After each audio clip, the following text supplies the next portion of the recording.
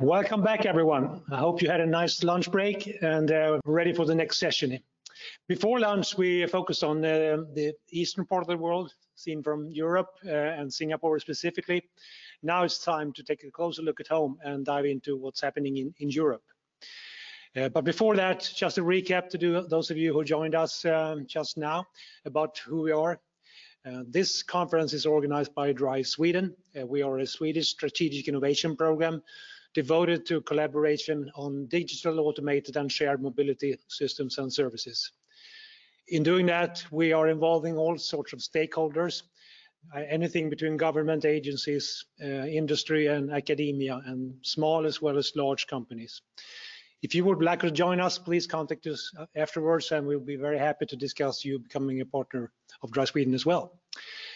Again, before starting, I'm going to hand over to Sofie, who's going to tell you a little bit more about how we approach this challenge of transforming the mobility system. But before that, unfortunately, we can't meet physically today. And so it's difficult to know who else is in this virtual meeting. So we made this slide just to show you that we have about 450 registered participants today, whereas 25% of them are from outside of Sweden. And there are 24 countries represented among the audience and 25 speakers from also a large number of countries. So apparently there is a great interest in the mobility area. And behind us, as Janne said, we approach the mobility transformation by working in 5 thematic areas. And we are convinced that you need to work with all of these components in order to transform the mobility system. And before lunch, we talked a lot about business models, services, and also the involvement of the end users and the public engagement, but also about the digital infrastructure. And this afternoon, we will dig deeper into the policy development area, which was also brought up several times during the morning as a very important area to work on.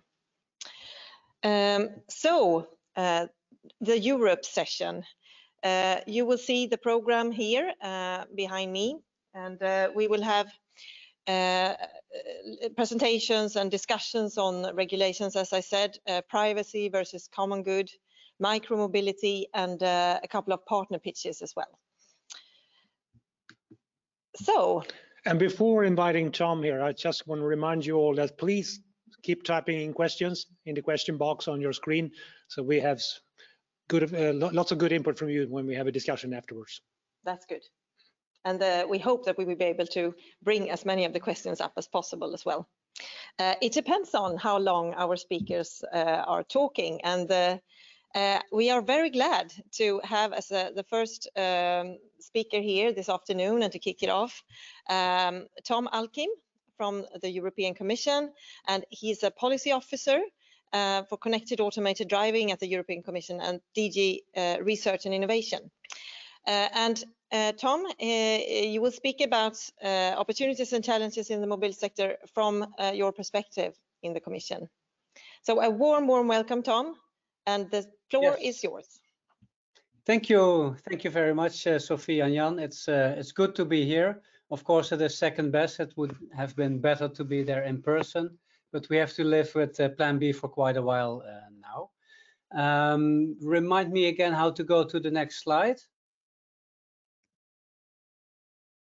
Okay, so this is the overview of my presentation for the next approximately 12 to 15 minutes. A few words on connected, cooperative and automated mobility, or as we call it in the European Commission, CCAM. A few words on hyperreality, the operational design domain framework, the upcoming CCAM Partnership, and then finally some ethical aspects of connected and automated driving. As we like to think, we have a comprehensive European approach to support the development and deployment of connected and automated vehicles. And we do realize that it is not very technology-centric anymore. Of course, it started with enabling technologies, but we do realize that we need a lot of other pillars to make this work. You see here that we focus on an app legal framework. The societal and ethical aspects are important, but also investment in research and innovation. Why are we doing this all? Well, we think that CCAM has the potential to make transport safer, greener, and more accessible. One of the other takeaways that I would like to share with you today, and something that has been asked over the past few months more often, we do not see that CCAM is a silver bullet for all your transportation problems, especially not in urban areas. It does need to be integrated into the overall transport system, and you have to make smart choices there. And quite often the smart choice is to walk or take a bike. I am from the Netherlands, so I'm very supportive of that mode of transport. But if the smart choice is to travel by a vehicle, it might as well be connected and automated. That's the position that we have on CCAM. Of course, in addition to all the potential there is, there are also a lot of challenges that still need to be addressed. Of course, the key technologies are still being developed, and the right legal framework has to be set up. In the next session, there will be some discussions on that. I thought that especially important for today's session, where we look at mobility in a broader sense. I would like to mention that connected and automated vehicles will have to be integrated into the broader transport system and interact with all the other forms of mobility. It is not a silver bullet for all your transport problems. Finally, if you have a technology that works and you have a legal framework to allow it to be on the road, you still need users that accept and trust the technology to use it. Because without this last step, you will have no effects at all. So that's a very important step. And at the end of the presentation, I will say something additional on this. So as you may know, we are now in the final year of the Horizon 2020 7-year framework, a budget with about 300 million euro. And as you can see here, the focus was on a lot of different elements of connected and automated mobility. We have launched 2 projects recently. And the final 2 calls are now currently in the project grant agreement process. So unfortunately, I am not able to reveal the winning consortia and their names, but I will mention the topics that they will deal with. The 2 projects that were granted lately were SHOW. This is on developing and testing shared, connected and cooperative automated vehicle fleets in especially urban areas. This is quite a large project. We're quite excited about that. It deals with all types of buses, shuttles, pods, robot taxis and cargo vehicles to be tested in real life. This is an important element. The consortium has 69 partners, and international cooperation, which is also very important, is foreseen. You can find more information if you go to the website, and I'm quite confident that all the slides will be shared with you afterwards. The other project that was recently granted is Hadrian. This is on human-centered design for the new driver role in highly automated vehicles.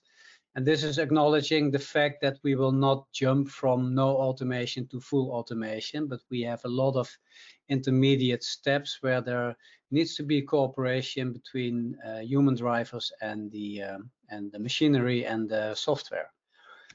To find more information on this project, the URL is here, and one interesting concept is the Hadrian Fluid HMI. Which I cannot explain to you, that's too specialistic for me, but you can find it on the website and if you follow the project.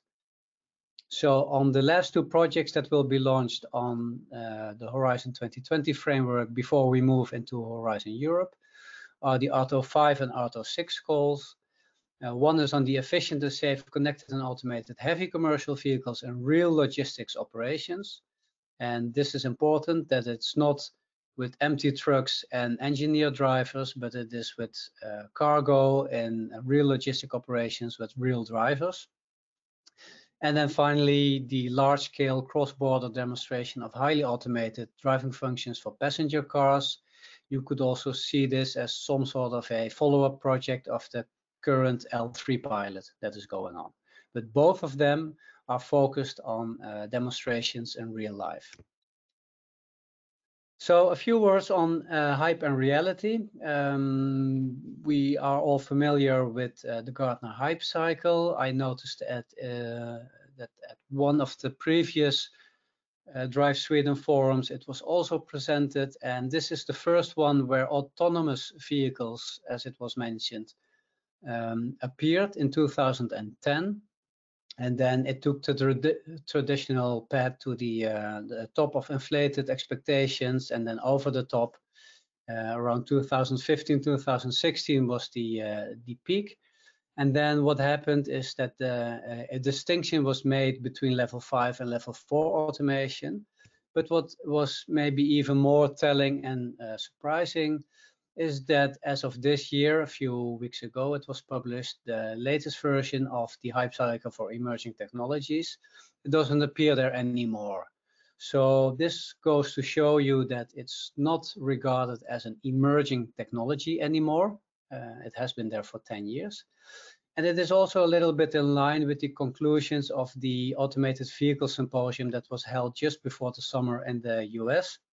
Well, it was organized from the US, but of course it was digital. And you could say that the theme there was also that the Wild West has settled down a bit. Quite a lot of real hard work needs to go on, and the legislation process becomes quite important. As a next step, a few words on the operational design domain framework, where we try to visualize how this works. Automated vehicles have to have a right set of conditions in which they can work, and this is not only geographically bounded, it's also time bounded and by other conditions. In theory, you would always have a very nice delineated operational design domain, but in reality, we all know that it's a bit more complicated, and you will get a lot of gaps in your operational design domain. And usually the primary reasons for having these gaps are infrastructure related, traffic related, and weather related. So what we think is really important is that everyone that has a, let's say, within its power, a way to impact the shape and form of this operational design domain, we have to work together jointly to make these gaps as small and as predictable as possible. You could say that a lot of our projects are related to one or more of these types of gaps. For instance, for the infrastructure related, you see the Coexist, Transate, Inframix, and Maven projects. And at the center of the philosophy of really addressing to solve these gaps is that it is done through practice, by actually gaining experience and practice in reality. And that's why I put the L3 pilot, ensemble, and show logos on the left side of the slide, because that goes to show you that these large-scale demonstrations on either personal cars, truck platooning, heavy freight vehicles, and public transportation vehicles and shuttles are quite important to address all these gaps. So this brings me also to a point that was mentioned before and was also one of the takeaways of the Automated Vehicle Symposium, in my opinion, and that is the need for cooperation, the need for more interdisciplinary teams. And as some companies maybe thought a couple of years ago that they could solve these problems by themselves, I don't think anyone at this time thinks that they can really bring an automated vehicle on the market themselves without any help from other disciplines or other stakeholders. So this multidisciplinary and multi-stakeholder cooperation is very important. And I think that's also one of the reasons that Drive Sweden is an important organization to foster this cooperation. More on cooperation for the upcoming Horizon Europe framework program. We have the proposed CCAM Partnership, and this is a public-private cooperation to better align the European research and innovation efforts.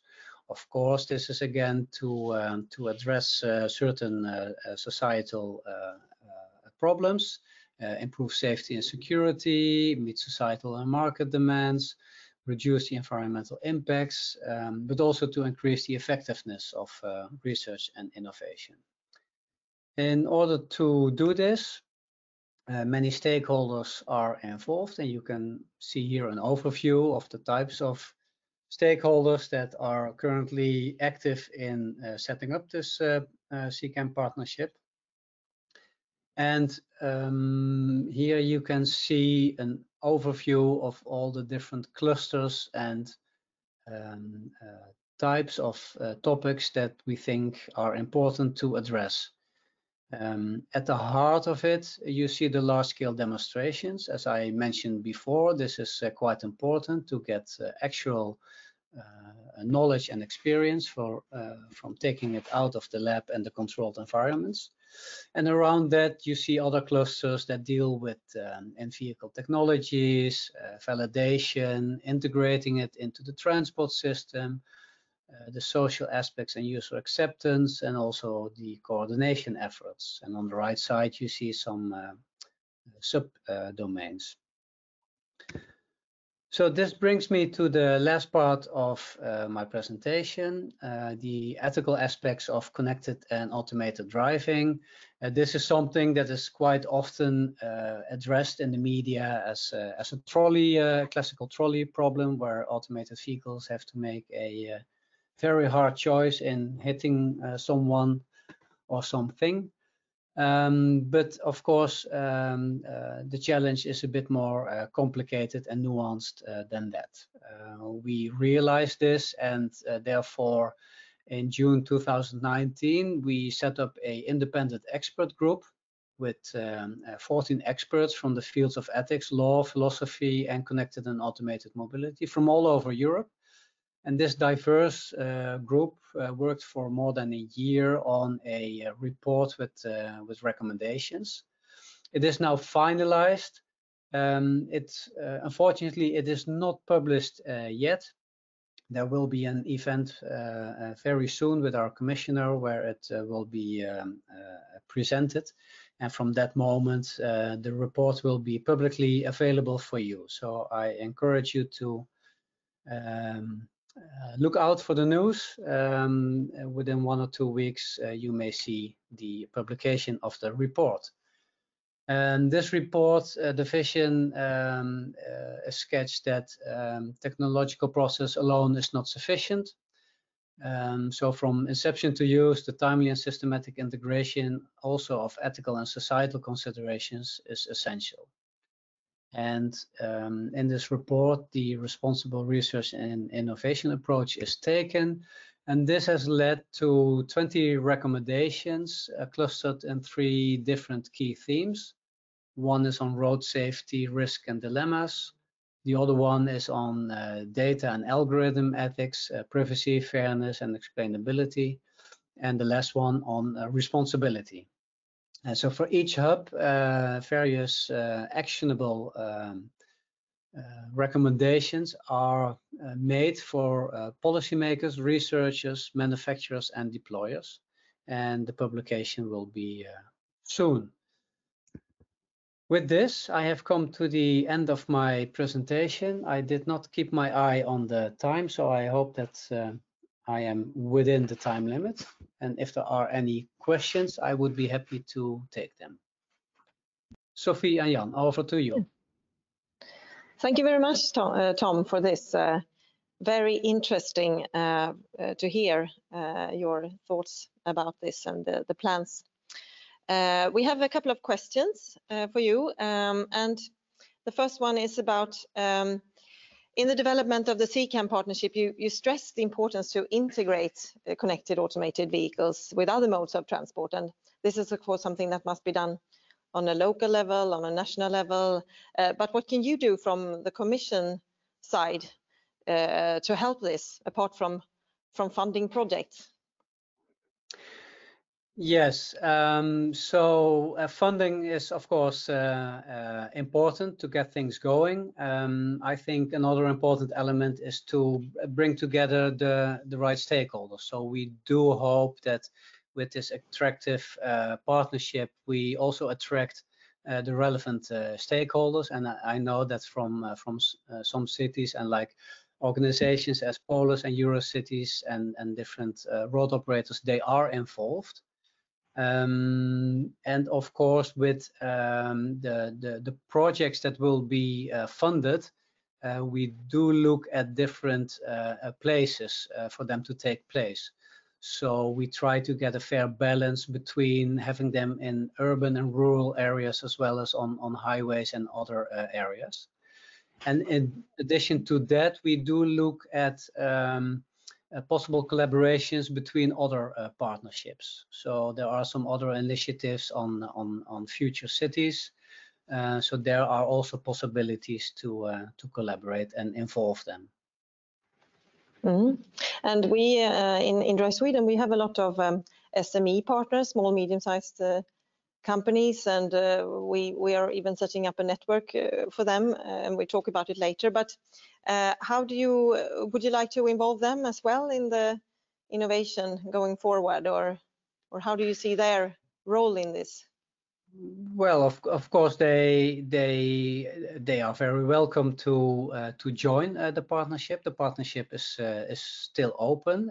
They could do it, let's say, on an individual title, or through some sort of collaboration, like you just mentioned, and they can become part of a consortium, because there will be several calls, open calls, where they can say register their interest. So we are looking for active partners all over the let's say all over the bandwidth of potential partners.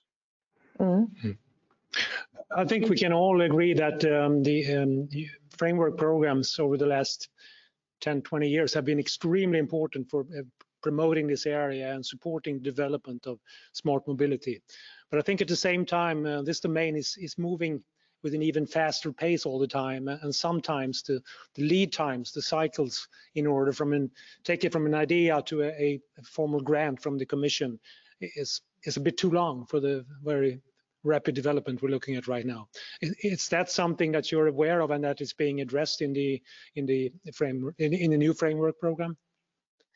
Yes, Jan, I'm aware of this timing issue, and but on the same time, you see that there are two different types of speeds as well, because sometimes things really seem to go very, very fast, but in the let's say in the final implementation, the cycles are quite large, and especially because you need, let's say, components of technology and software combined with infrastructural elements, and there you see really different lead times.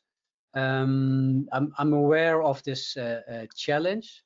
I'm not sure to what extent we can really change different funding mechanisms. I think in Horizon Europe, there's a bit more room for, let's say, challenges over a shorter time period. But I do not have the details for you. But thanks for bringing that up. Thank you. Yes, and I think before leaving over to the panel, is there, you mentioned it seems like a very interesting report you presented there towards the end about the ethics and some 20 recommendations. Is there anything in particular you can reveal a little bit more detail about before leaving us? Yes, well, of course, I could reveal the whole report because I have it right here, but I'm not allowed to do that. But one of the things that is quite often asked is about this dilemma situation, and maybe, and I'll have to read it because it's quite nuanced how the report deals with that.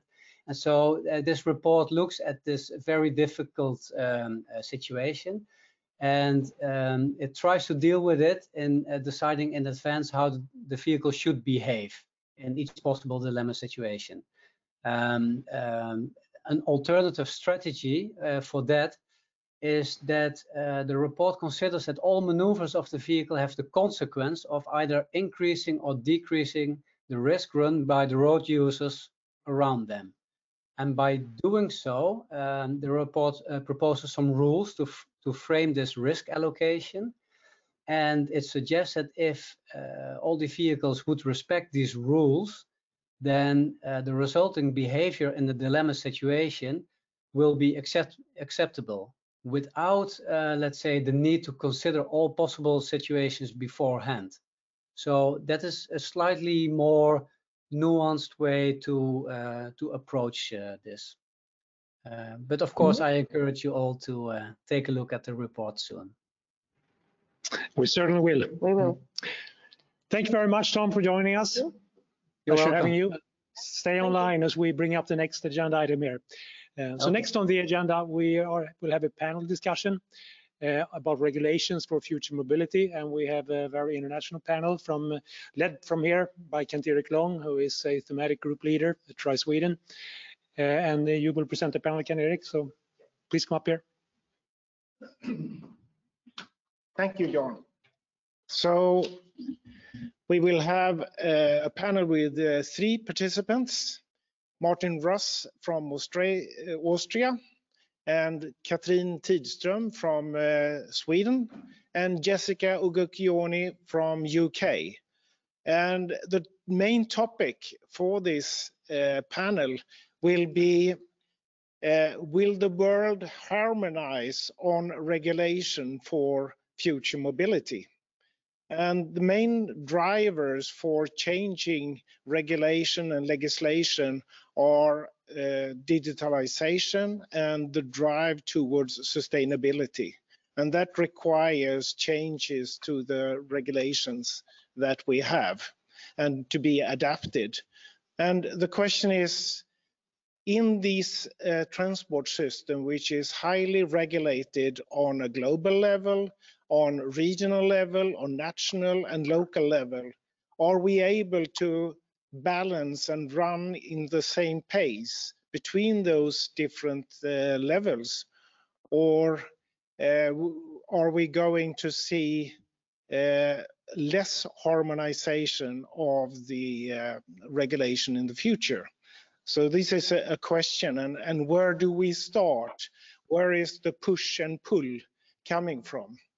And for this panel, we are coming from the national level. So what are we doing on a national level?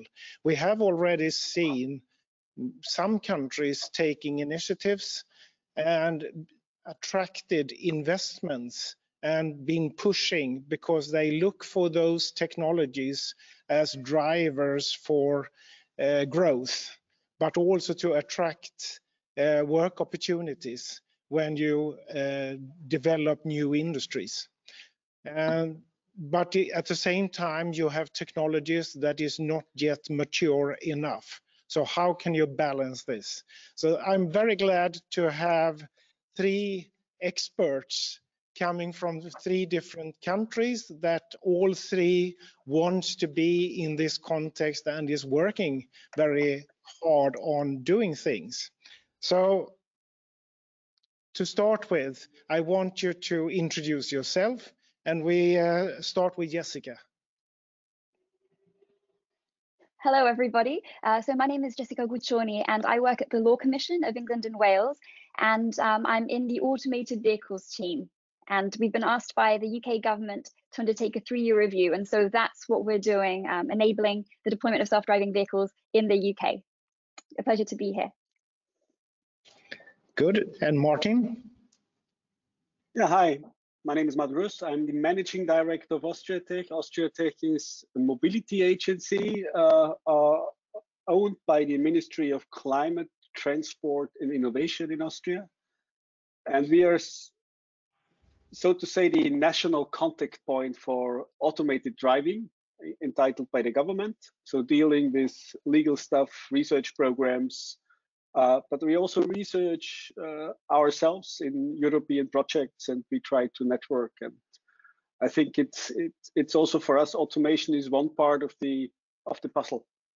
I'm from the Swedish Ministry of Infrastructure, working since decades with driver and safety issues, actually, but also a few years with the introduction of connected and automated driving. I've been the General Secretary of an inquiry, and that has presented a lot of proposals for rule changes needed to facilitate. But as we all agree, I think you have to have a sort of holistic and multi-discipline idea about introducing technologies. So good. So let's go around the table and ask you to give a short presentation. What are you doing at the national level on the legal and the legislation, regulatory part of use? And let's start with UK and Jessica. Hello. Yes, so we are undertaking a 3-year review, which very aptly has 3 pillars to the legislation, framework, and infrastructure that we're trying to add and help enable the deployment of self-driving vehicles beyond the trial stage. Because of course, we already have vehicles that are able to be trialed on public roads, but we are seeking to take it a step further in the longer term view of how it could become basically just part of the system. And it has 3 pillars. So the first is safety assurance. And I think that's very much the heart of what my team is really trying to build for the UK. So of course, this is an area which is very rightly dominated at an international level. Vehicle standards have been very much the remit, the 1958 agreement, which is looked after by WP29, the UNECE, for example, has a very strong influence on vehicle standards, but we're also looking at what scope there is at domestic level to authorize automated driving systems, which may not be covered by UN regulations because they're just not ready yet. Or potentially, if you have a system that is only for local use, it might have a very limited operational design domain. So it might make sense to just have a more limited vehicle standards approval. So it's identifying the interaction between the domestic level and the international obligations that we have, and making sure we're not breaching any international obligations, and identifying that sweet spot where we can make the best contribution to help innovation and authorization of automated driving systems. So I think that's probably the heart of it. The second element that we have is looking at civil and criminal responsibility that flows from the use of automated driving systems. And I think this is where domestic jurisdiction is king or queen, to be more neutral on the term. But basically there, the use and operation of vehicles has always been really the province of domestic jurisdiction. So for example, if you look at the 1958 agreement that I mentioned before, which harmonizes vehicle standards, it has 56 countries, but in terms of how you use those vehicles, you have 46 countries, I believe, that drive on the right and 10 that drive on the left. So even at something very basic, like which side of the road we drive, there still isn't harmonization on how we use the vehicles. And indeed, it's just acknowledged that there are important differences in how we deal with and we regulate the use of vehicles on our roads. And we think that is a very important element where we can basically add a domestic dimension and develop the law and legislation for how you use automated vehicles on our roads. And I think an element that I like to think that we contribute, and we've already started working on at the law commissions, is also giving us a new legal vocabulary to talk about policy for self-driving. So I find it quite ironic that a lot of the conventions and resolutions that talk about self-driving still refer to a driver. There is still a driver. Even the ALKS regulation that was recently passed, it's very much talking about the driver. And I think if we are serious about moving on to a system where we have self-driving and the ADS system has performance of a dynamic driving task, the legal framework needs to reflect that too. And we need new terminology to be able to show that, the person in the driving seat may not be a driver in the way that we know them until today. So I think that's like a really interesting part that my team is working on. And the third element is passenger services. And I think that really speaks to a lot of what came through so many of the comments. Catherine mentioned it just now about the need for cooperation and how important it is to work together. And Tom's presentation with the European Commission also highlighted how it's not just automated vehicles, the passenger services provided by AVs need to integrate with the whole rest of the system. How can we make that cooperation flourish? How do we treat an automated vehicle that looks like a bus, but actually has no driver, or indeed might be ride-hail service and it might go up on demand? How does that compare to taxi regulation? They are very heavily regulated. They are not going to be very happy to see potentially a more light touch system for that. So there's a very strong political reality we need to look at.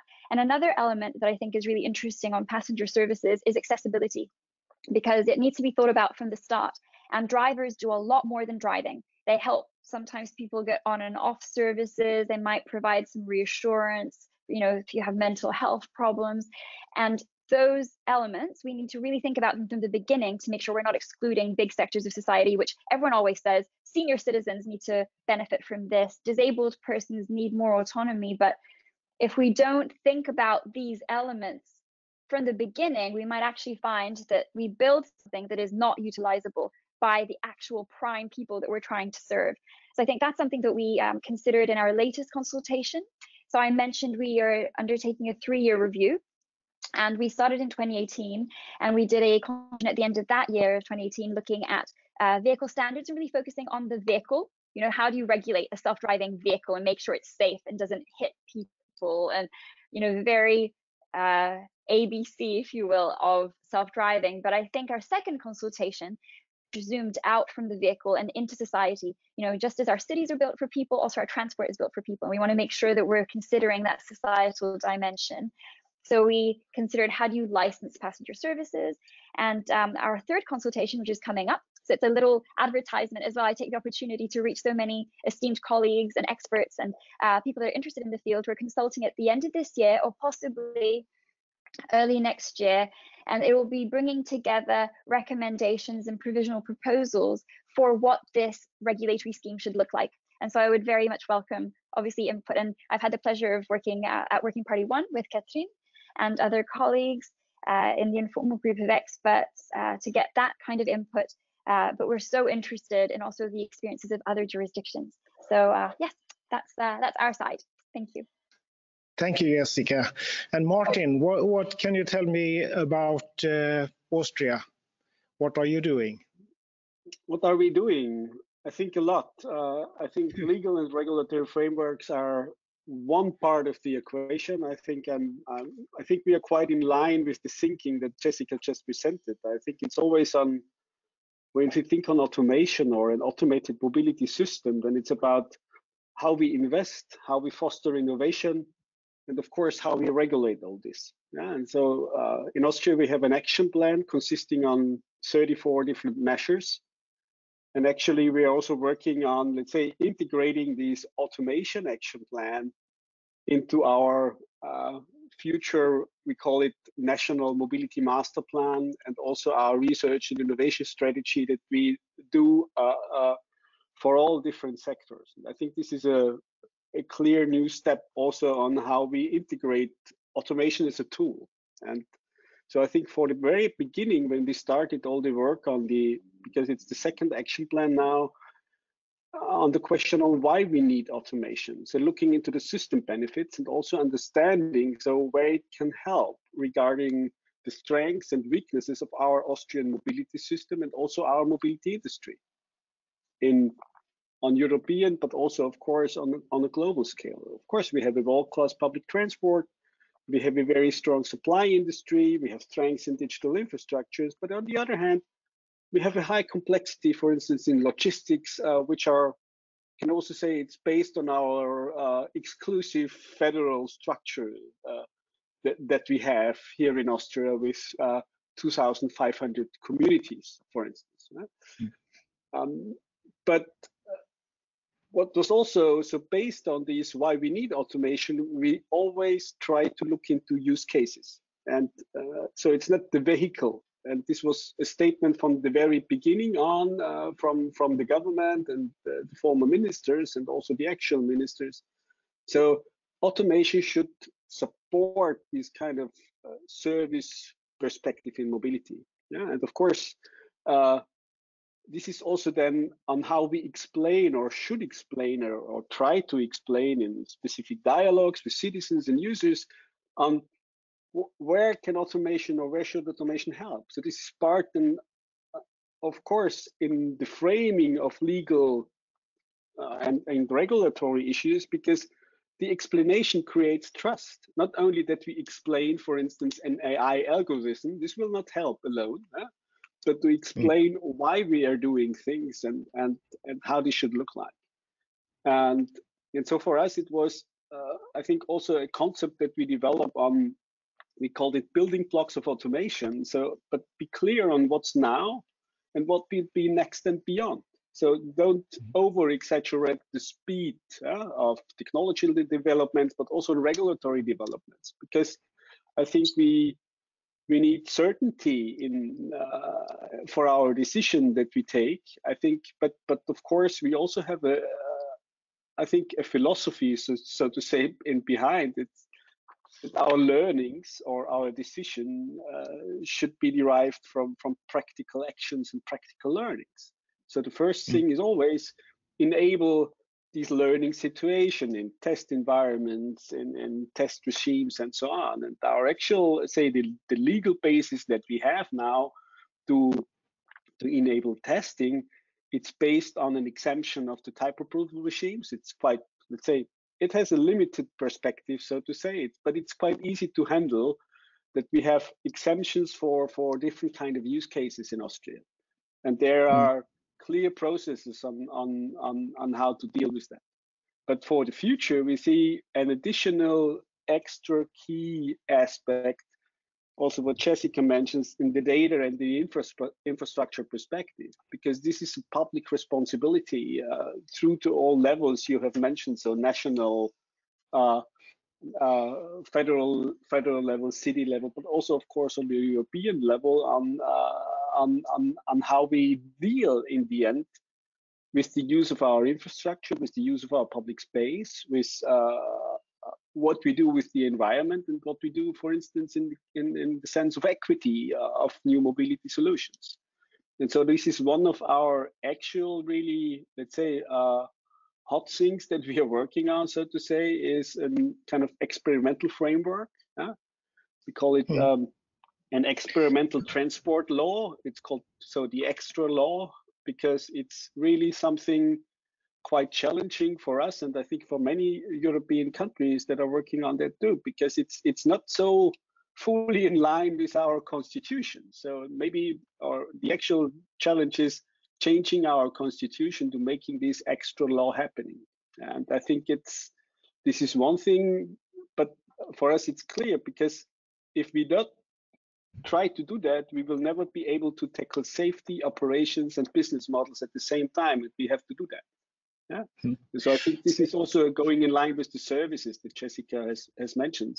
So there are other approaches than just regulating the vehicles. Good, thank you, Martin. Katrin, so what about the Swedish actions?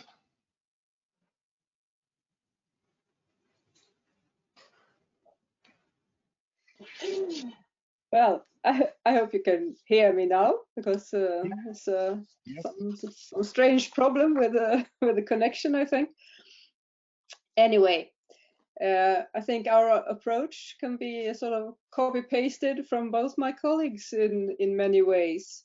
We both think that a holistic approach is really essential. And what I also think is that the problem we have, the big problem we have all over the world, is that we have an existing transport system, and now we try to fill in the gaps in between, so to say, but we still have a lot of conventional cars, parking problems, congestions, and other things. So enable to change. We have the systems, we have technology, and we might change a lot of things to improve this. But this is the same thing as with a car. Many people say that if we know from the beginning what would be possible in 50 years, of course we would have done it totally different. Now, same as everybody else, Sweden wants to improve testing, and we just updated our regulation actually for testing, and that is a way to push forward with the coming regulation for liability, for example, that we are also investigating at the moment. These are all outcomes of our big investigation, but we try to turn the knobs a little bit and adjust them to the international scene and technology, which is, of course, just as you said, Martin, we don't have everything in place there either. So I think we will have to adjust to the situation at the moment and a couple of years ahead, and not try to think of what will happen in 30 years. But we think that some things, in some ways, we have to move forward, and then we will have to do it by first testing, then trying to make sort of competitive tests or commercial tests, sort of integrate a mobility concept that companies or organizations want to put in place. And then I hope we can implement, and then we have to try to find a way to validate these vehicles, for example, but also other mobility possibilities, to make them safe and to make them benefit society. So it's quite complex, I think, but we have to take one step at a time. Thank you very much. If we look at this, I'm an engineer, and to me, lawyers, they are not doing experimentation. They are not making errors and tries and errors. So, but in this context that we are now, you need to experiment in some way. And to give one typical example, we have those small buses that is self-driving, and you have a control center, and you have moved the driver out of the vehicle and put it into a robot which is outside the vehicle. So in your countries, are those systems allowed? Are they allowed without a safety driver? And the third question is, how long lead time do you have to allow a test with self-driving buses? Shall we start with Martin on this one? Yeah, I can do that. So yes, an automated shuttle or minibus is allowed. It can go 20 kilometers an hour. Let's say you don't have to state that the driver is inside, but there must be a safety operator. It might be, but at the moment, it makes no sense to put the people out of the vehicle in our discussion. Of course, if we put them on the roads into operations, then yes. But now you're on a mission to learn something, so put people everywhere that everybody can learn. It's more important than discussing to take the driver or the operator out, at least in our discussions that we had. So yes, but for instance, also in logistics, we are working on that you have to take the driver out. Or if you do, for instance, services alongside your highway network, then you need same types of vehicles with same type of competencies, and there's no driver seat. There's never been one. So I think there's the lead times. If you fall under one of our defined use cases, then it's 2 or 3 weeks that you can get an exemption, because it's quite clear stated what you have to do and what kind of documents, technical documents, formal things you need. Yeah? If it will be a new use case, then the process is a little bit more complicated, and we have maybe to define a new regulatory regular basis, then we have to talk with Parliament. This will take time, yeah. But then it's, I would say, 5 to 6 months if it's something completely new or a new application domain, what we do. I think, but it's nevertheless, it's quite clear on what to do. There are transparent processes on that and quite clear procedures. So Katrin, what's in Sweden? Well, in Sweden, this is under the normal testing procedure. So you can get a license to perform your test. And both the speed and where you drive and everything else could be a condition for this test, of course. So we don't have it regulated in detail what you can do or not. We have several minibuses services at the moment, and one in Kista, for example, and we have also some in Linköping, I think, and several are on coming, I think. But there's also an idea to use them. The idea is also that you can use the testing system. Safety driver? At the moment, I think they have safety drivers, yes. But it's that's not also that will also be a time-limited thing, I think. So okay. In the end, we still think we have to have a driver in vehicles like this. But we hope for a change. The lead time to get an application through? Well, it differs. It depends on how complicated the situation is and what conditions you are after. So you have to prove yourself safe and that this test will suit fine in the environment that it will drive, for example. Mm-hmm. So Jessica. So I can't say.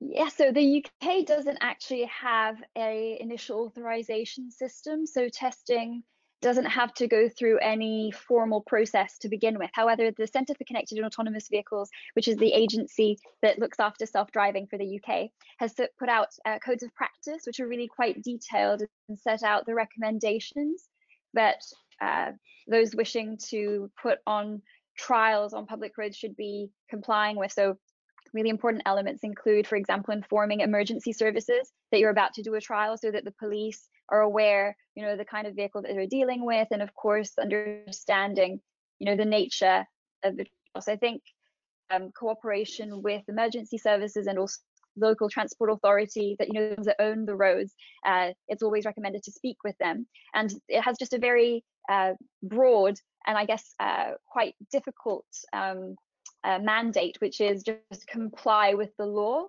That's what the code of practice says. And the law is interpreted flexibly. So, for example, we're not aware of any trials at the moment that are being conducted without a safety driver inside. And I fully agree with Martin and Katrin's assessment that at the moment we're both learning, and also you just want to make sure people are safe. So I think that seems to be the main reason, but it's not like a legal reason. It's certainly not in the UK because the idea of a driver can be quite broad. So it could also encompass individuals potentially that are not physically in the vehicle already without any change. So that's where we are. And there are several trials, of course, going on. Although at the moment, my understanding is that with COVID, the public road testing has been stopped also because there's a recommendation often to have 2 safety drivers, or a safety driver and an engineer. And so there are questions about social distancing. So that's put a bit of a stop on the current trials, but the projects are still in place. Mm-hmm. I have to move to another more specific question, and that is regarding type approvals that is used for vehicles in EU. And in United States, for example, you have a self-certification methodology, and in other areas we are using, in Europe, we are using CE marking. And type approval is more cumbersome to get through, but it has other advantages, of course. And this is something that you are not, it's not possible to decide on a national level. You need to rely on the EU level. So what is your comments? Do you think that we will keep the type approvals, or do you think we will have to move towards something more towards self-certification or CE? Shall we start with Jessica this time? Yes, With so Brexit, well, the you European dimension has its, yes, yes, the European dimension has all sorts of complications, which are beyond my pay grade, and I think probably even our prime ministers at this rate. But we'll see what happens on the European front. But my impression is that there is a knowledge gap. I think we're all still learning about how these systems work in practice, and the idea that you can issue an initial authorization that can definitively and confidently say that the system is safe for use on public roads, I think it's very difficult, especially when the technology is not so mature. So I think the more realistic approach is, of course, to do our very best. And I don't think we should give up. I think we should do our very best to deploy all the different systems that we have to get the best initial authorization that we can. So use the evidence from trials, use it from simulations and track testing, all the traditional models. But then I think we really need to focus on in-service testing and monitoring. So I think my impression is that the initial authorization will be overall less important than the ongoing monitoring of these vehicles and performance. And so the idea will be, instead of having an initial, say, type approval, that means that from that moment on, go ahead, sell as many vehicles as you wish, and you're okay. You know, regulatory wise, you've done what you need to do with rather minimal market surveillance, or there is important elements of that, but it's not as intense. And I think the shift will be to a much more intense, ongoing relationship with regulators, and understanding software updates and understanding the performance of vehicles when they're on the road, so that we can take prompt action to correct anything that is going wrong and make sure that it's either taken off the road or mitigated. So I think it's more of a shift in that dynamic rather than self-certification versus type approval. Mm-hmm. Yeah. Catherine, can you comment from Swedish perspective? Yes, actually, I think we have to discuss on how to verify systems and functions in a little different way than we have already. I agree with Jessica on that. It's good with type approval. It has many advantages, but putting all responsibility to check safety and functions on the authorities will be more and more difficult, I think. So we will have to discuss some sort of how to validate during a vehicle's lifespan. Also, there will be more changes to vehicles during their lifetime, so to say. So we will have totally different concepts of adaptable lorries, for example, where you can change a lot of things, and then it will be much more difficult to have a one-time certification, so to say. Thank you. Good. And Martin, finally, make it short. I also think there's a kind of a mix needed, because in the end it's about the functional interaction between the vehicle, the user, and the infrastructure within a specific ODD. So I think in the end, this concept, a vehicle or an automated system is on a mission, and we must be clear that the mission is safe. And I think we should focus more on these kind of more functional things. And so the type approval alone will not help us for the functional issues and the environments. And what I also like is, in addition to both systems that we have, there's a discussion, I think, in the US on the concept of trustworthy entities that was somehow derived from how Uber was acting in the case of Tempe. Yeah? And what NHTSA found out on that. And also when you look into the actual processes now that Uber ATG is going on, or the safety assessment frameworks that are developed by standardization bodies and so on. I think those are things now that will help us, but it also has to do with the organizations, with the operators of the vehicles, and how we regulate the operators and not the vehicle itself. Good. I have only time for one question, and please make your answers very short. And it's a question from Oli Isaksson at Ericsson. And he says, as stated many times, to realize all benefits from connected and automated vehicles, a true system thinking is needed, of many building blocks needed. And it includes the infrastructure, services and devices in the transport sector, and also the energy sector and the digital sector, including regulatory aspects of all three domains. Yeah. So have you identified any critical cross-sector regulatory aspects that you investigate together with regulatory bodies for energy and digital sectors? And if so, which ones and what is the status? Anyone who wants to start? So are you working with energy and digital in some way?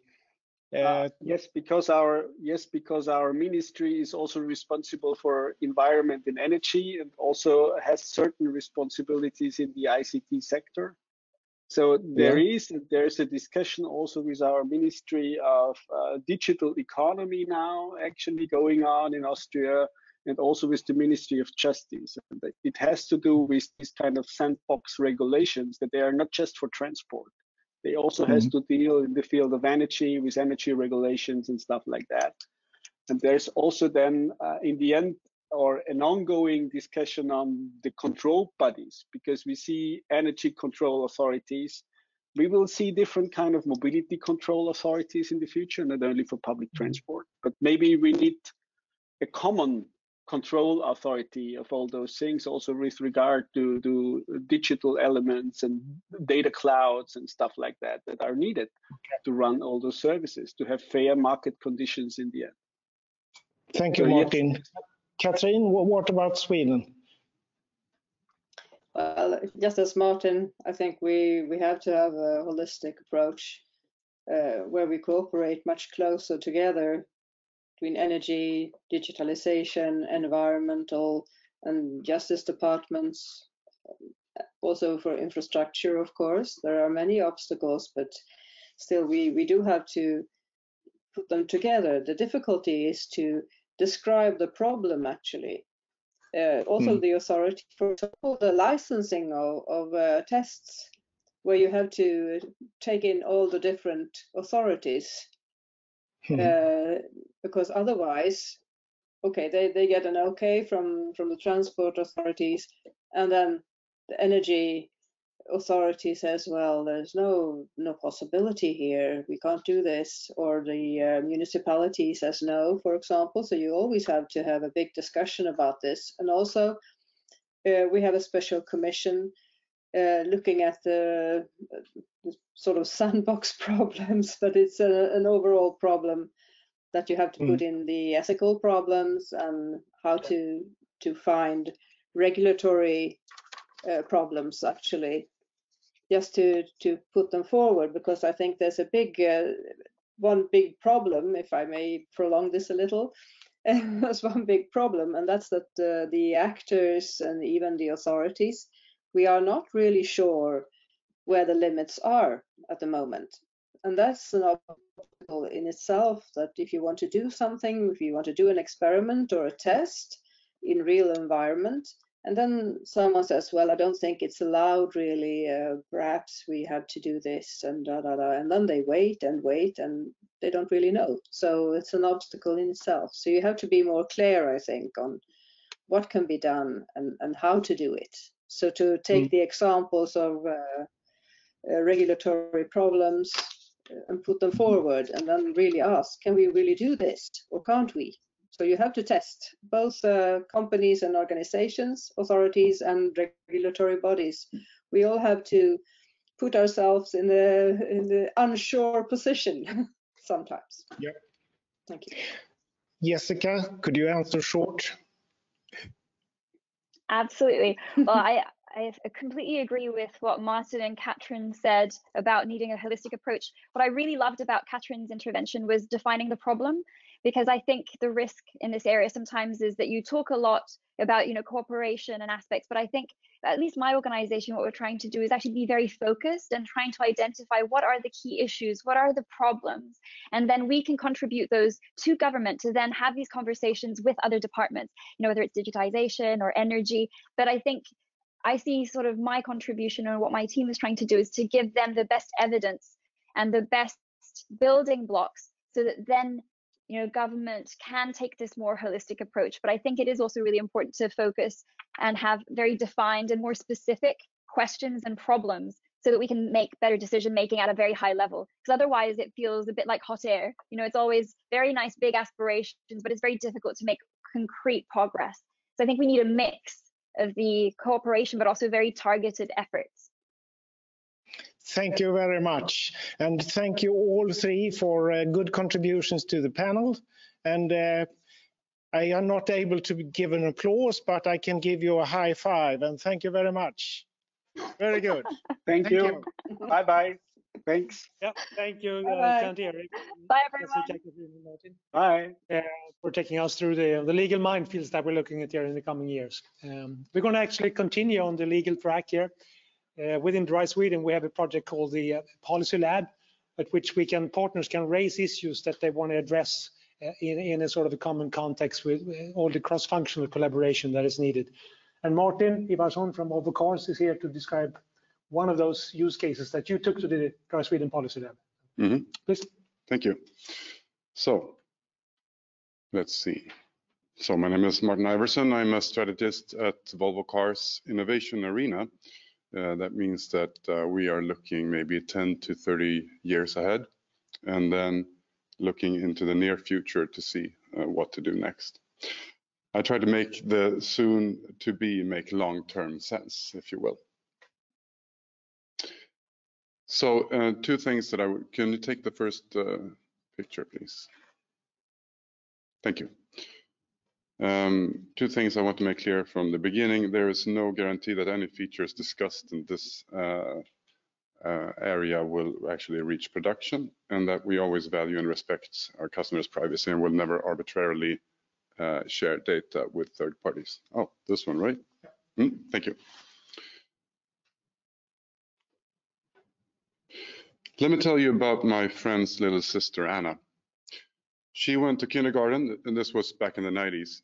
She was a lively kid, and playing with a ball in the kindergarten, she kicked it too hard and it went over the fence and onto the road outside. Being a lively, industrious kid, she went after it. Neither she nor the driver that saw each other. To this day, the head injury that she suffered has profound effects on her life. What if that accident didn't happen? What if accidents don't happen? These are hot topics, and I would like to look a bit into them today. I come from a company where safety is like water to a fish. It's just everywhere, and that's really cool. Our promise to the world is to provide freedom to move, personal, sustainable, and safe. What might that mean long-term and system-wide? I'm very inspired by hearing the earlier speakers on how we can reach system-wide safety, for example. So also put this in perspective with privacy. How can we safeguard privacy while we turn data into safety? To understand that, let's look at development of technology and rules. The technology side to vehicles and traffic follows the Moore's law, so an exponential development over time of the capabilities and possibilities. I hope you can see the orange line, which then represents more regulation side. We can discuss exactly how this looks, but it follows a more linear path. This means that over time, there will be a lot of things that can be done up here that have unclear legal status. It might also lead to actors going into the field asking for forgiveness and not permission after the fact. For example, you might remember the actors from the e-scooter companies, the Lime and Bird, when they started off going into cities by night with truckloads of e-scooters, unloading them, and then having the city face the facts of their existence. We don't believe in that approach, and neither does Drive Sweden, and therefore we have the RISE Policy Lab, which we will return to. So with the words of Peter Palmer, also known as Spider-Man, with great power comes great responsibility. So in light of the accelerating technological development, how can new capabilities be explored for common good while respecting and safeguarding privacy? That's the question that we try to frame and answer. And as I said before a little bit, the answer is to innovate also on policy. I will give an example of exponential growth. We have what we call the CIVIS project. The CIVIS project stands for Cloud Enhanced Vehicle Intelligent Sensor Sharing.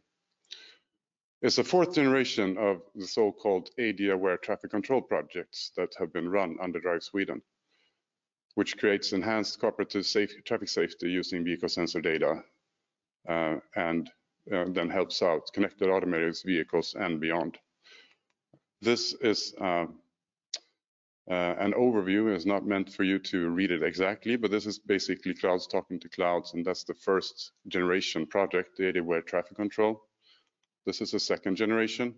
Note that complexity is increasing. This is the third, and here we are now.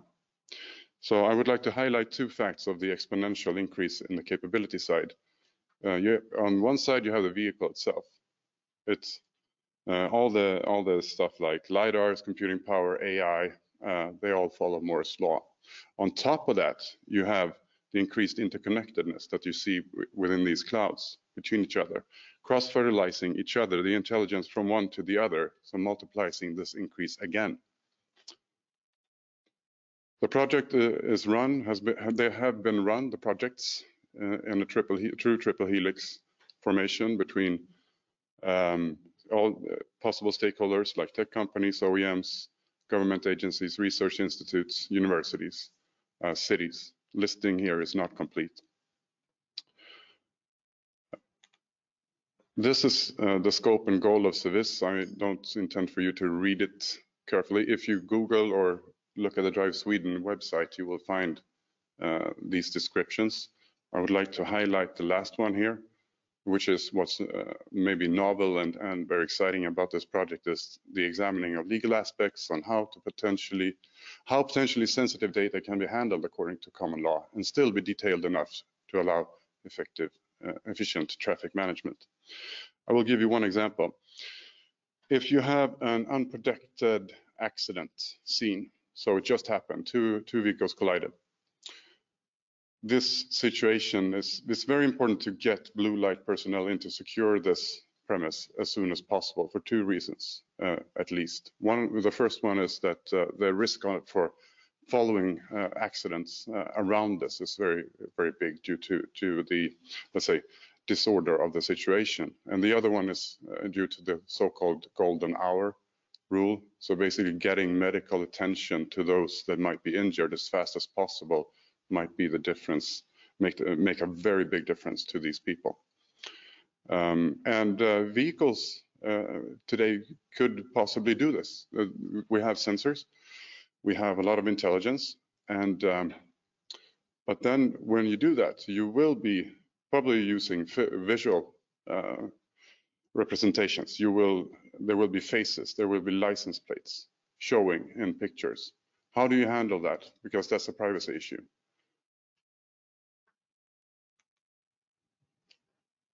The answer is to also take that into consideration. So on this one, you have the common good going up this way. So basically what you get out of it, in this case, very fast response time and getting help in place versus the privacy side. So this would be, over here would be good privacy, safeguarding privacy.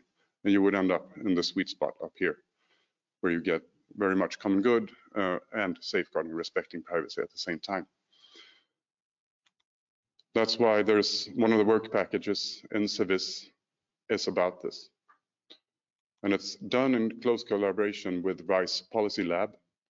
And the aim is to close the gap by innovating on regulations. So find what rules and regulations apply and identify what regulatory amendments are necessary to facilitate the introduction of new technology to the market. And this needs to be done with multiple stakeholders, since there are multiple views on what's good. So it's about realizing the potential of what's possible in a good way, to find ways to innovate on policy at the pace of technology, and to bring in safe and sustainable mobility to all. Thank you. Thank you, Martin. I want to keep reminding the audience, so please keep posting questions here so we get your input as well. But in the meantime, a quick question here. Where are you right now in this project? Have you had to sort of compromise yet on any of these standings in finding the sweet spot? I understand is the ultimate target, but do you think you'll get there? I'd say that's still ahead. The interesting discussion was, this case was actually discussed as one of the prime examples of how you get a lot of value out. Mm-hmm. And so there will be tests for trying the capabilities out soon. And I'd say one of the keys why this is so important is that also actors that want to work within regulations dare explore and find out, so what can we do? What can be done? How much good can we do? And then look at, because you can probably end up with several options to how to do that, and those will have repercussions on the regulatory side, and you can compare and weigh them like scales, if you will. So it's really about, Kent-Erik said in the earlier agenda item here, that applying a bit of an engineering perspective on the legal issues. Yeah, or entrepreneurial maybe. Yeah, and that's why I think the Rights Policy Lab is so interesting. It's very heavy on long competence in the field, plus an exploratory mindset into looking at, so what can we develop and what repercussions does it have, and dare explore. And in the old times when you as a company 100 years ago, you were sort of building your own vehicles, this would not take place. How big of a change is this, in your opinion, that you need to sort of have other stakeholders weighing in on your issues like this? Yeah, well, I think it goes back to earlier, let's say, statements and findings from other actors, that now it's a systems perspective that needs to be taken. At least in 10 to 30 years' time, the solo dancing times will probably be over. But the beautiful choreography that's possible with the interconnectedness and the intelligence that follows is what's really beautiful about this. It will be a lot nicer than dancing alone. Sounds good. Thank you very much, Martin. Thank you. And Sofie, welcome back here. We're going to turn to France, right? Exactly. Moving over to another bilateral collaboration. And in 2017, a declaration was signed between France and Sweden at the Prime Minister level on cooperation in European affairs and around innovation and green solutions. And Drive Sweden has been working with this bilateral cooperation with France in many different ways. And the next presentation is an example of a project that is now starting within this French-Swedish partnership. So we look very much forward to knowing more about how the city of Stockholm is working with data-driven management of micromobility. So a warm welcome to Helen Karlsson, who is the project manager in the city of Stockholm for this initiative. Are you with us, Helen? Yeah.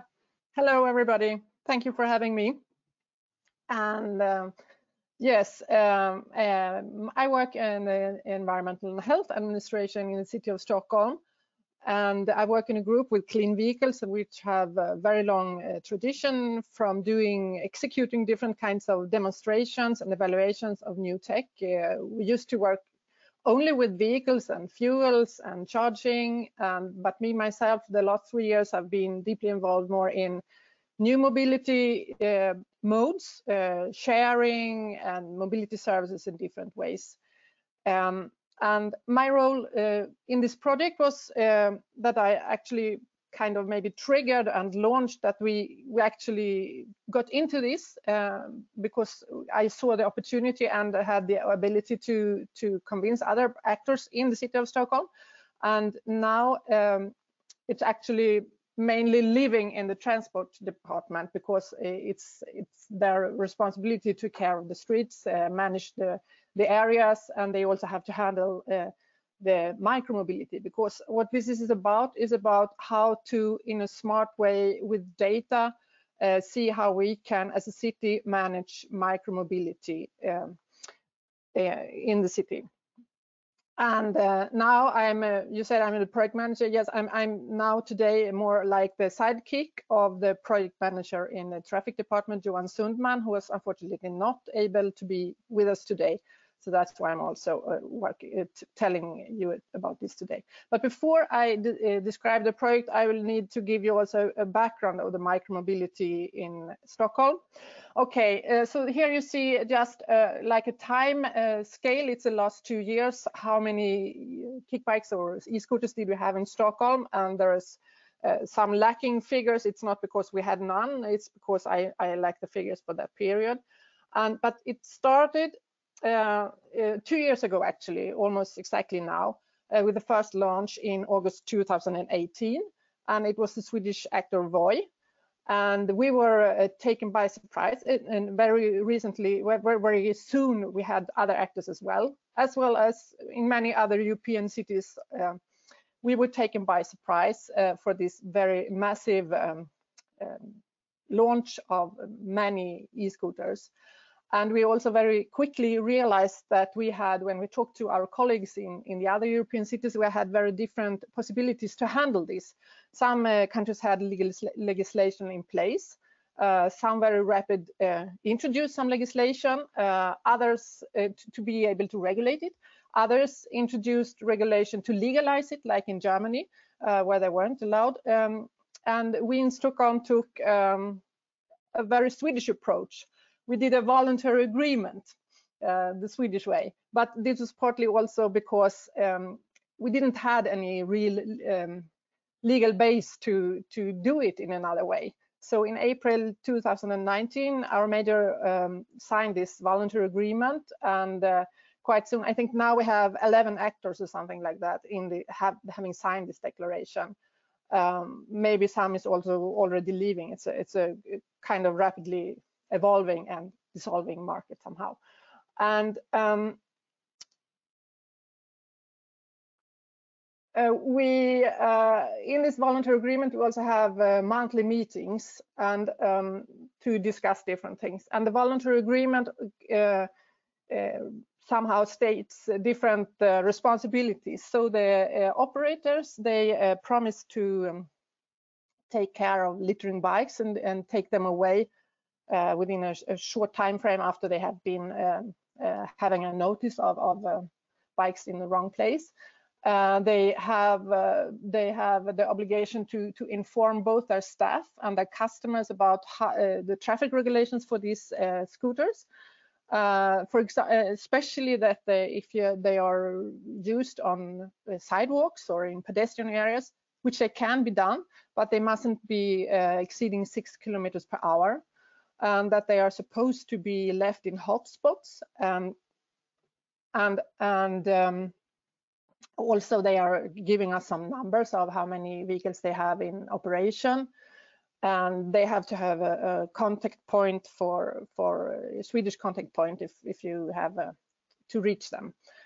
And the city on the other side, we are planning where to put them, where do we offer space to leave and park the bikes. So during this cooperation and these meetings, we have elaborated different ways to test different types of hotspots for parking the bikes. On the left hand, you see a rack. We have only very few of them, and here you could also charge the bikes. And on the other hand, you see a painted spot on the ground where you could also leave the spots. But the most common one is the virtual ones. They are only visible in the apps from different providers. I think this is the tier app.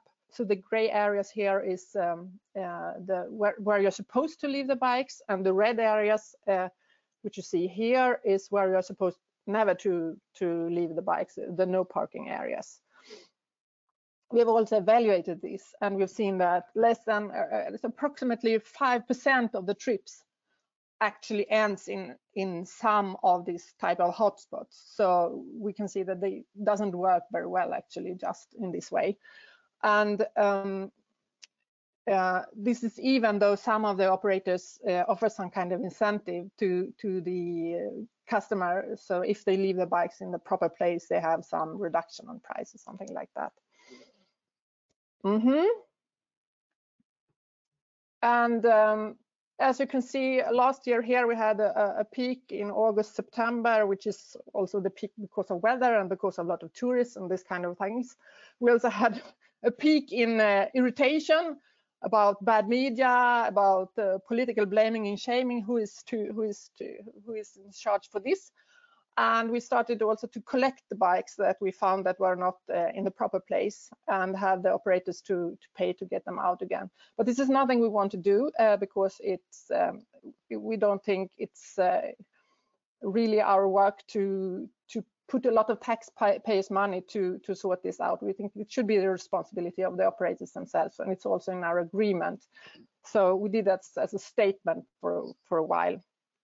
Now we have an app where you can report littering bikes, and it's also then sent to the operators, the location and the photo, if it's reported correctly. There is also lately private initiatives in a similar way to report to the operators.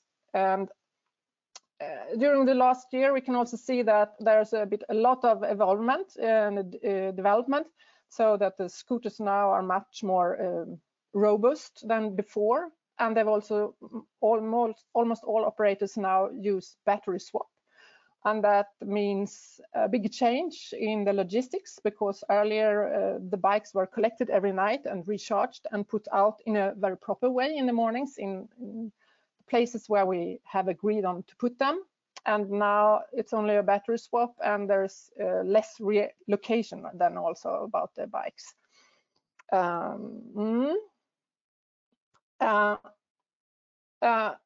And then comes this development again. We see we had the corona. In Sweden we didn't have any lockdown, but we had in Stockholm very immense decent working, no leisure activities, so we stayed local. We stayed in our local neighborhood, and like public transport traveling dropped 70%, I think, in the spring. Now it's maybe 50%. But what we can see is that the e-scooters did not drop. This is at least the number that are deployed. And I mean, in one way, it seems to be an alternative that is preferred as maybe more corona safe than from users. Okay, so this project, as said, this is the French-Swedish cooperation, and it was an opportunity in a, I would say, maybe quite narrow call, which was about French-Swedish cooperation on smart mobility. And we saw the opportunity and was able to tailor this and land the project. And the official partner in the project is Voi, which is the provider of e-scooters, the Swedish one. And we have Vianova, which is the provides a platform for data sharing and to analysis. And we as a city are kind of the case. And we look at this as a learning project, a project to raise our own competence in using immense amounts of data for analyzing traffic, and also to regulate with open APIs and see how accurate we can work with geofencing and this type. Because now we work with I wouldn't say paper maps, but PDF maps, for example, to share with the providers different restriction areas and so, and this could be done in a much smarter way. So very, very brief. I must say I'm not a technician, I'm not a data expert. So I will describe this very, very, very brief, how it works. It's nothing strange, probably. We have the mobility operator providing mobility data. We have the platform here from Vianova doing different kinds of analysis, aggregations, pseudonymizations of the data. And we as a city can look into this platform and take part of different analysis, having different dashboards, getting out reports of different themes that are interesting for us. And what we gather is the data of the vehicle. So it's different types of data about the different vehicles and their position. So it's not following direct personal data, but nevertheless, it's also shared vehicles. So it's not personal vehicles. So they are used to, it's not the same person using them trip after trip. But nevertheless, this can be seen as indirect personal data. So we have to do our GDPR homework, and that is exactly what we are finalizing now. And in this respect, it's very helpful for us that there are other European cities doing the same similar trial with their local regulations and their local situation. So we are not the first one. I think we were maybe 7th or 8th that are looking into this. And we are using the MDS protocol, which means the Mobility Data Specification Protocol, which was initially developed in Los Angeles by the traffic department. And that is now kind of an open source data protocol. Maybe I can describe it with my not so tech special words. And what we hope to get out of this is, as I said, it's a learning. For us, it's a learning. It's a learning about how can we work with much more connected and loads of data on vehicles. How can we do it in a integrity safe way? And how can we, what could be the benefits for us? And what we hope is to get insights about, of course, where are these vehicles used, at what times? Do we have connections that are hot on micromobility or e-bikes, but we don't see represented in public transport, for example? Is it a lacking link in the public transport? Could we improve that? How do this transport mode work together with public transport? How can we use this to follow up compliance and follow up how the operators work to remove littering bikes and have them parked in a good way? How exact can geofencing be? Can we can we expect? Can we also work with temporary geofences, for example, if we have a big event in the city to have some streets locked or made no-go zones for a short while? And how can we do that? Can we have this communication much smoother and faster? And what we will do with this in the end, we don't know, because this is a one-year learning project. And it can be in the end that we see that this is a perfect way to work, and we want to explore it so much. We want to take everything into our own backend and work and gather data, and from that produce different APIs for others to use. Or maybe we think it was not useful because it was not accurate enough, or I don't know. What was interesting for us when we decided also to participate is that we use this MDS protocol, and this is already developed, and from the global actors, they are also already, some of them already used to it or starting to work with it. So we could start quite quick our own learning curve and our own learning phase, because some things were already in place. Well, I think this is a very short and brief introduction. and we are just about to start, as I said, and we will continue 1 year. We will be happy to share also in one way or another during the project, during this year, our first experience. We have already had some contacts with Gothenburg wanting to look into the project, and we also have contacts, I think, with I think it's the Closer project. It's anyway a geofencing cooperation that somehow has its home at Lindholmen. So we have some starting points to share also during the process. So with that, I think I will finish, but I don't find the last picture because it's maybe not there, or now it's not moving again. Yeah, here is also, I don't know if you can see it. It's my, and it's also Johan Sundman's contact details. So don't hesitate to also contact us if you have further questions. And I'm also sure that Vianova will be happy to show more about the system. And I can also recommend, because they have now and then interesting webinars, dig into the details, both of e-scooters and GDPR and how to do this in a legal way. So yeah, I think I stop there. Thank you very much, Helene. Very interesting, and to see also how the learnings, as you say, from this project can be taken forward into other contexts. For example, when it comes to geofencing and so on, for the whole transport system and other modes. And especially also that you mentioned that what is your role as a city going forward in this development? That will also be interesting to follow.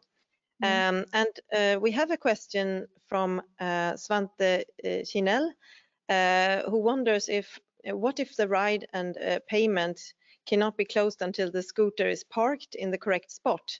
Then they will continue to be debited until they do this correctly. And I don't really know is it your role to have a say about this, or how does it work?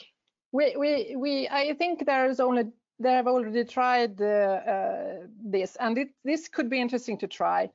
And I think it's, for the time now, it's a matter about accuracy, about the geofencing, and how accurate can you actually decide where exactly is this vehicle? Is it exactly inside or outside? And it's, of course, it's also I mean, it's a commercial decision from the companies. So how they would like to do it, but I forgot to say also that there is a national what do you call it, state commissioner, or I don't know the name, to investigate how could we change regulation in Sweden. So what we will be able to do in the future, we don't know. They are to report next spring, I think, if they would suggest some changes, because now these vehicles are considered to be as bikes. And so if we restrict access for e-scooters, we also restrict access for bikes, and so if we do it in the law, I mean. And there was also a question, just to clarify the French connection here, but I guess it's the Vianova platform. Yeah, that is the French. Yeah, yes. The platform company is a French company. And I know that you mentioned that you are collaborating, I mean, obviously around micromobility, and you mentioned also GDPR with other European cities, and you have been very active in the city of Stockholm in European projects. So are there what type of questions do you see going forward, that these are the types of questions that we definitely can't solve by ourselves in Stockholm? We really need this international collaboration. Are there any such areas that you see? Yeah. When you have I think when you have the international players providing the vehicles, then I mean the standards are for how to communicate. I mean that's one thing, and we're testing one standard, and now I know this is another standard working in Sweden, so we will see how they will work. But anyway, we can test some things now, and the other thing I see, I mean, we've been participating a little in a working group especially on micromobility in the Polish network, and there I see very different attitudes. I see everything from very, very negative and very, very protective for public transport, and feeling they are afraid to the competition, and to very positive and people thinking that, or actors thinking that this is just hallelujah. And I mean, there's probably something between. So cities are not the same. No, exactly. Well, very interesting to hear from you, and we thank you very much for participating here today, and good luck. Yeah, thank you. Thank you. And next we're going to expand on that French connection. One of my favorite points on the agendas of this forum is to invite our new partners to present themselves, and we're going to let Antoine Lunet from Padam Mobility come up here next. So Antoine, are you connected and hooked up so we can set you up here? It looks like it. Yeah. Yes. Hi. Please. Thanks for the introduction. Can you hear me well? We can. Yes. All right. Great. Well, thanks for the introduction. And yeah, we're keeping with the French connection, as you can tell by my accent. So I'm Antoine Lunet. I'm the head of business development for the Nordics and the UK for Padam Mobility, which is a company based in Paris, France. Basically, what Padam Mobility offers is solution for smart demand responsive transport. So software solution for demand responsive transport. I think the first start is maybe to explain what is demand responsive transport and how we can operate within these areas, and how we're actually helping city and council setting up demand responsive transport. So we are operating in the ecosystem of mobility, of public mobility, also private other side.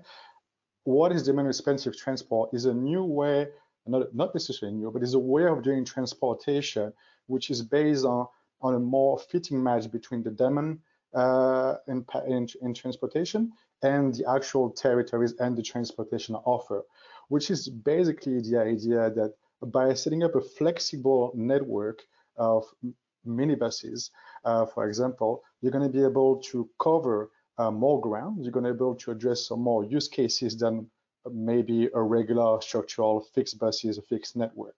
So as you can see on the screen I'm showing, this is the use cases of demand responsive transport. So peri-urban and rural areas are especially interesting for those kind of transport offer, because they're sometimes a bit outside of the regular bus, tramway, subway network, and they have a quite high rate of car ownership. And it's sometimes don't really have a good public transport offer for person with mobility issues or that don't have access to personal car. The other use case that we're going to answer is obviously the first and last mile, which is, well, once you've been taken to the train station, to the subway, to the bus stop, how do you get home? So all of the use cases of demand responsive transport, and what we do at Padam is that we looked at those cases and we provide a software solution based on that. So software, and I think this is very important to stretch out, is just basically a mean to accomplish a transport project, a city project, a region project.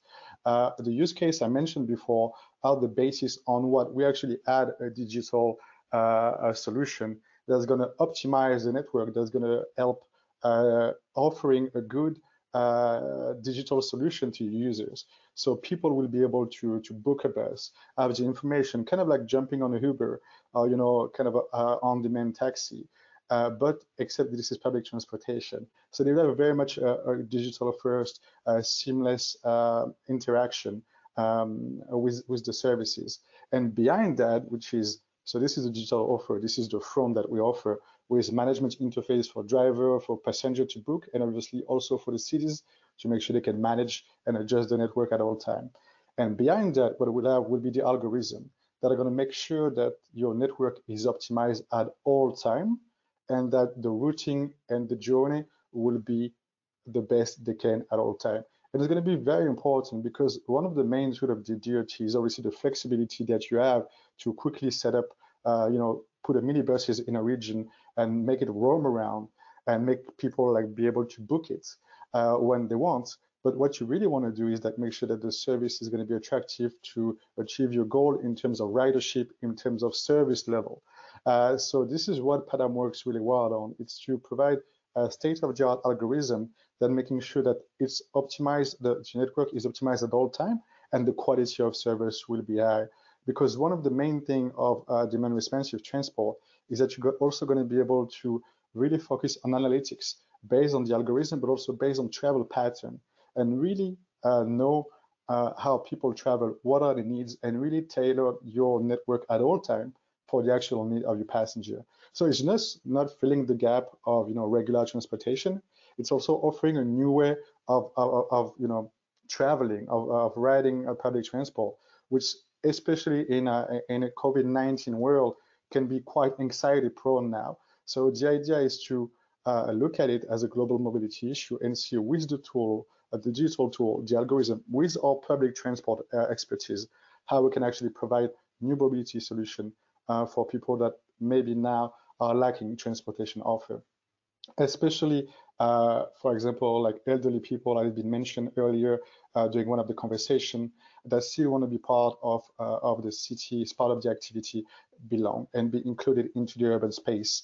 And as I'm running towards the end of the time of the 5 minutes that we're allowed to, and I don't want to take more time, just a last slide to show you that we are a company that's been existing for only 4 years now, and 6 years, sorry. And we are obviously the leader in France with 35 services just for the Paris region itself, which is about 12 million inhabitants.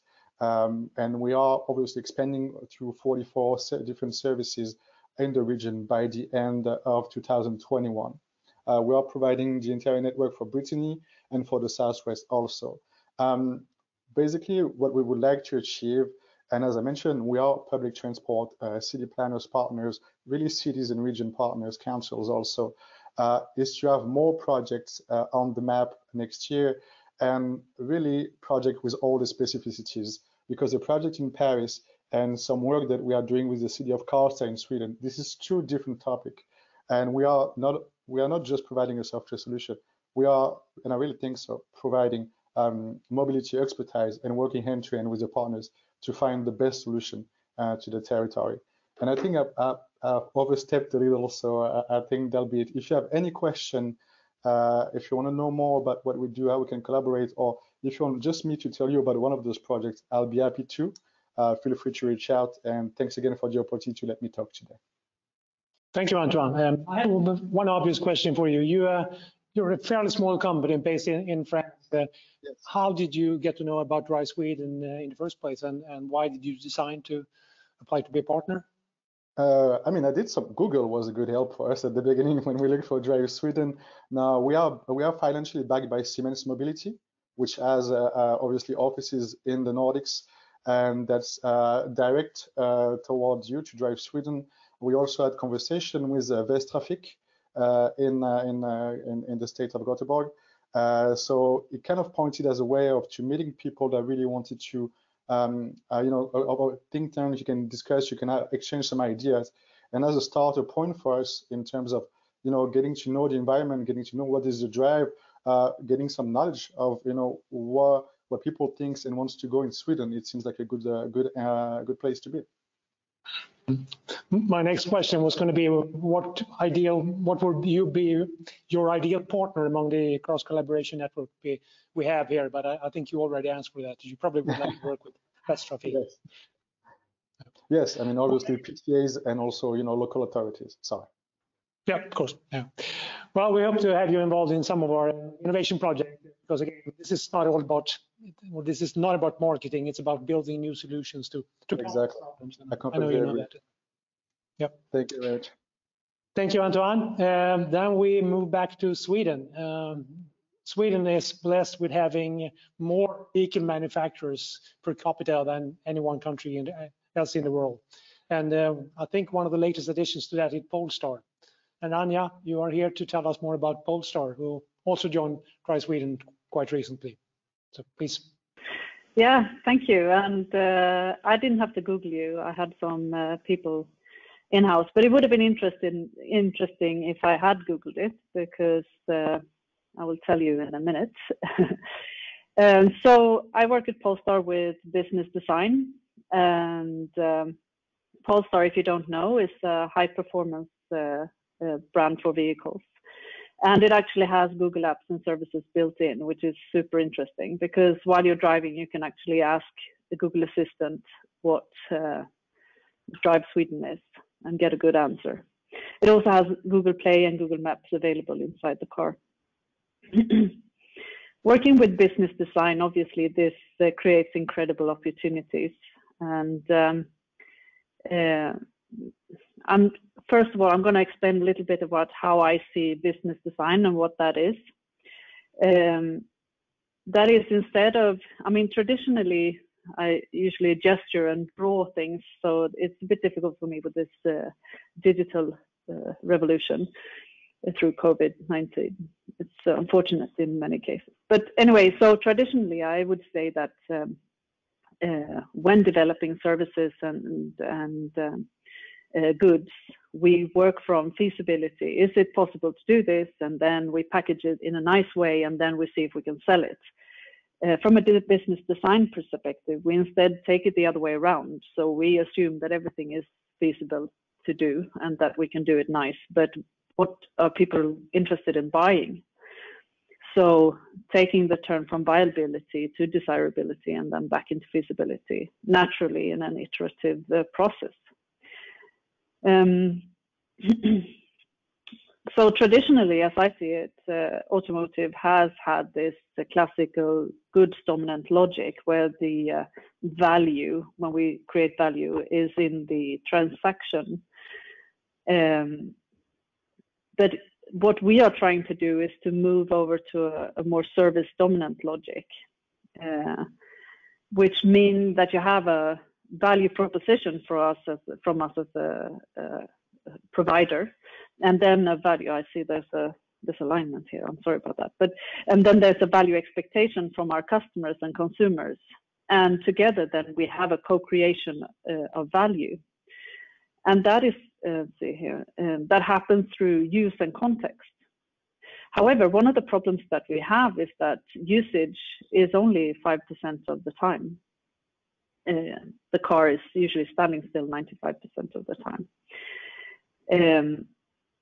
Which means, I mean, if we talk about sustainability, this is not sustainable, of course. If we have I mean, there's quite a lot of resources that go into a car, and we can talk about circular economy and all of these things, but and also emissions. I mean, I didn't mention that before, but Polestar is also an electric brand, which of course reduces the emissions while driving. But we still have a lot of resources going into the car. And how can we then increase the usage? And of course, increasing the usage without adding cars to the streets, because we don't want to have more cars in the streets either. So obviously, since I'm working a lot with Google Android Automotive and business design, this is where it becomes interesting. Like, how can we repurpose the car? Can this be an extension of the home or an extension of the office or just another room? I don't know. I assume that many of you have had a lot more phone meetings in this past 6 months. And at least I have had many of those from the car. And if there aren't any office spaces, then sitting in the car is actually a pretty good place to sit in. And to my next slide here, I mean, whenever we talk about sustainability, then that we talk about sustainability from the 3 different perspectives: the economic, the environmental, and the social sustainability. So how can we create sustainable businesses and move away from this goods dominant logic and instead move over into this continuous co-creation of value, both for the provider as well as the consumer, of course. I'm trying to keep within my 5 minutes as well, so I'm rushing through my 3 favorite models, and I end up with this final slide, which is please reach out if you want to ask anything else or continue the discussion rather, because I'd rather talk about this in a longer time. And here's, please add or write to me in LinkedIn if you want to. Thanks a lot. Thank you, Anja.